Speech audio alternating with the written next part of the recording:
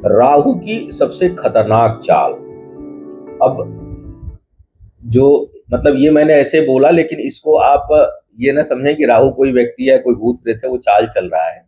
राहु भी एक ऊर्जा का स्वरूप है, एनर्जी। क्या है राहु? क्या है? भ्रम, भ्रमित। मतलब जो आपके अंदर भ्रम उत्पन्न होता है वो राहु के कारण होता है। मतलब शरीर के अंदर जितनी एनर्जी है वो उसको किसी न किसी ग्रह से प्रभावित होती है। तो भ्रम जो है, और युक्ति बल भी, जहां भ्रम है वहां युक्ति बल भी हो, मतलब उसका विरोधाभास है।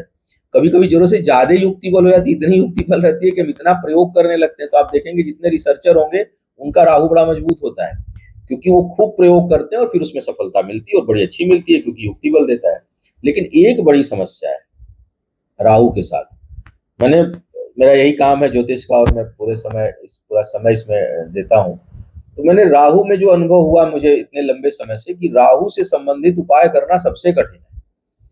क्यों कठिन है? क्योंकि राहु से जो व्यक्ति प्रभावित होता है वो इतना भ्रमित होगा, या इतना उसकी तर्क शक्ति बढ़ जाएगी कि वो समझता ही नहीं। ऐसा बड़ा घना पर्दा पड़ता है उसकी सोच पर कि वो जल्दी समझेगा ही नहीं।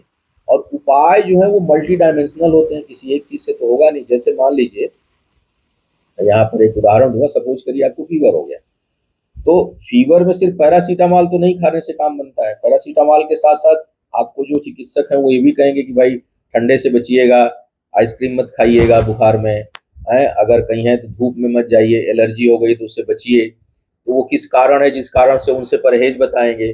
तो आपको अरेस्ट करिए। तो क्या हो गया? कई चीजें हो गई ना, केवल दवा नहीं हुई। दवा हुई, परहेज हुआ, खान पान में अंतर हुआ, रेस्ट करना हुआ। तो ऐसे कई चीजों का कम्बिनेशन होगा तो आप जल्दी स्वस्थ हो जाएंगे। सेम कंडीशन जब आप किसी ग्रह से प्रभावित हैं, और विशेष करके राहु देव से, तो आपको मल्टी डायमेंशनल एफर्ट करना होता है। और राहु सबसे ज्यादा भ्रमित, आप अच्छा जिस भाव में होंगे उस भाव से संबंधित आपको उलझने हमेशा, उलझन शब्द ज्यादा सही होगा, उलझने हमेशा दे देंगे। मान लीजिए लग्न पर हो गए तो हमेशा उलझन रहेगी। अगर निगेटिव है तो और भी निगेटिव कर देते हैं, फिर आपकी जल्दी काम नहीं बनेगा, आप कहीं जाएंगे आपका काम ही नहीं होगा। ऐसा निगेटिव ऑरा उत्पन्न करेंगे। अब उससे निकलने में बड़ा एफर्ट करना पड़ता है, उससे मल्टी डायमेंशनल उपचार करने पड़ेंगे। उपाय मैं पुनः नहीं बता रहा हूँ कि आप जब भी एक एक वीडियो में मैंने कहा है कि राशिफल या कोई बात सुन करके जनरलाइज करके उपाय मत करिए। उपाय बड़ा जो है वो स्पेसिफिक होता है, क्योंकि अगर लग्न में बैठे हैं, लग्नेश मजबूत है, राहु का प्रभाव कम होगा, फिर वहाँ उपाय, या लग्नेश भी कमजोर है तो हो सकता है कॉम्बिनेशन ऑफ रेमेडी देनी पड़े, उपचार बताना पड़े। राहु दूसरे भाव में हो गया, धन से संबंधित निर्णय लेने में ऐसा कंफ्यूज करेगा, या ऐसे ऐसे निर्णय करा देगा कि आपको लाभ हो सकता है एक दो बार खूब बड़ा मिले, लेकिन हानि उससे भी बड़ी बड़ी मिलेगी। कंफ्यूज कर देगा वहां पर, और आप किसी की मानेंगे भी नहीं। मतलब इतनी ज्यादा प्रेरित हो जाएंगे कि उस समय वो कोई सलाह देगा आप नहीं सुनेंगे, बल्कि अपनी बात से आप कन्विंस कर देंगे।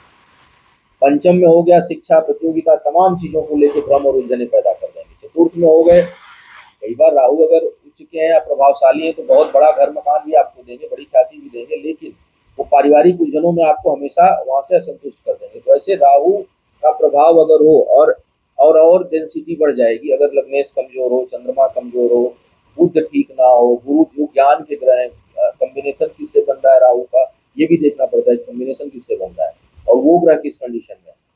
तो लेकिन इन सारी चीजों को देख करके आप उपचार पे जाएंगे। लेकिन राहु से अगर प्रभावित आप हो गए भैया, तो सभी ग्रहों में अगर सबसे ज्यादा कोई भ्रमित करता है और कंफ्यूज करता है, उलझने दे देता है, ऐसा उलझन देगा जैसे आदमी जल में उतरा और जलकुंभी में फंस गया, वो निकल ही नहीं पा रहा, इधर भी देख रहा है उधर भी, तो चल ही नहीं पा रहा, वो चलना रोक देता है आपका। जैसे लगेगा पैरों में चारों तरफ से बेड़ियां पड़ गई। और कंफ्यूज भी करेगा, और अधीर भी करेगा, बेचैनी भी करेगा, कुतर्क भी हो जाएगा।